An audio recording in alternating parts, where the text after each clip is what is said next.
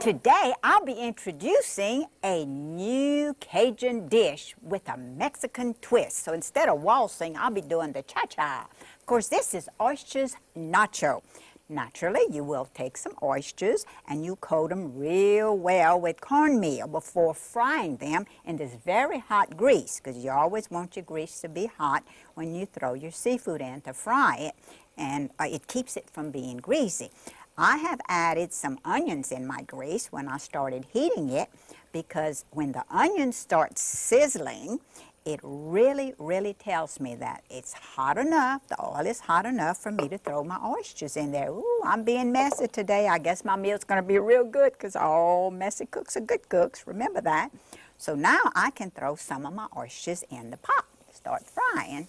Let me see. Yep, that's going to do it. Let's see. All righty. Very good. See how they just, yes, I can smell it already. And actually, you may question why I have a little jar of vinegar on my set here, on my cabinet.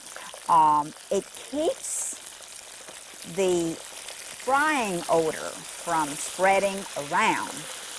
So it kind of absorbs it. Ooh, that's really going to town. Really frying nice. They're going to be really good. And actually, that's what you want your oysters to fry real quick. It doesn't take very long. Now remember, seafood, you must never overcook it. But now I like my oysters crisp. So maybe today I might just go ahead and cook them just a little bit crisper. But for you, you may want to just put them until they're golden brown. So let me see how these are cooking.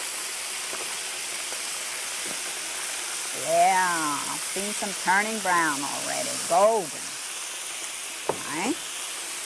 Now before I put my fried oysters on these nachos, I'm going to sprinkle some chipotle sauce. Of course, the chipotle sauce is made from the chipotle peppers with some little vinegar added. You can buy the peppers and make your own, but of course I've gotten this wonderful Tabasco chipotle sauce, which I thoroughly enjoy using. It saves me a lot of work. Okay. Very good. You drain your oysters like this. Just put them on top of the nacho. I was introduced to this when I visited my son in Grapevine, Texas. We went to the Half Shell restaurant, and the chef was so nice and gave me his recipe.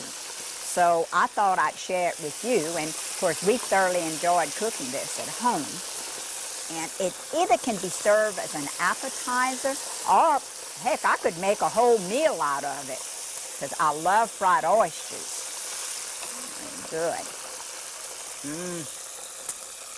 Well, this is going to really look good, and it's going to taste good. I have one oyster left in here, so what I'm going to do, I'm just going to put it in the center. Okay, very good. Turn your fire off. Now, to top this off, of course, you're going to have to add your pico de gallo. The only way I can remember how to pronounce it is because it rhymes with bayo. So, I mean, you know, us Cajuns have a hard time with anything else but the Cajun dialect. Now, this is chopped up tomatoes real fine. And you just sprinkle this right over your nachos. I'm going to add this in the middle too. And I just love it. It's just so delicious. It just adds to the flavor. Yeah. Now you may or you may not want to salty this. It just depends on you. Of course, I never salty mine after.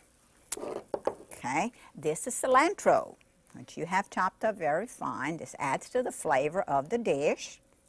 And it sticks to your fingers. Yeah. Okay. All right. Now, to top it all, we have our jalapeno peppers. Very good. Just sprinkle them on top. Now, you can use as many as you want. It depends how hot you want this. So this is my Oyster Nacho. Of course, this looks so good, I think I'm just going to eat one now. This is too tempting for me. You know how Cajuns are. They just can't stand the sight of good food. So I'll see how this is going to taste before I go on and fix our next Mexican dish.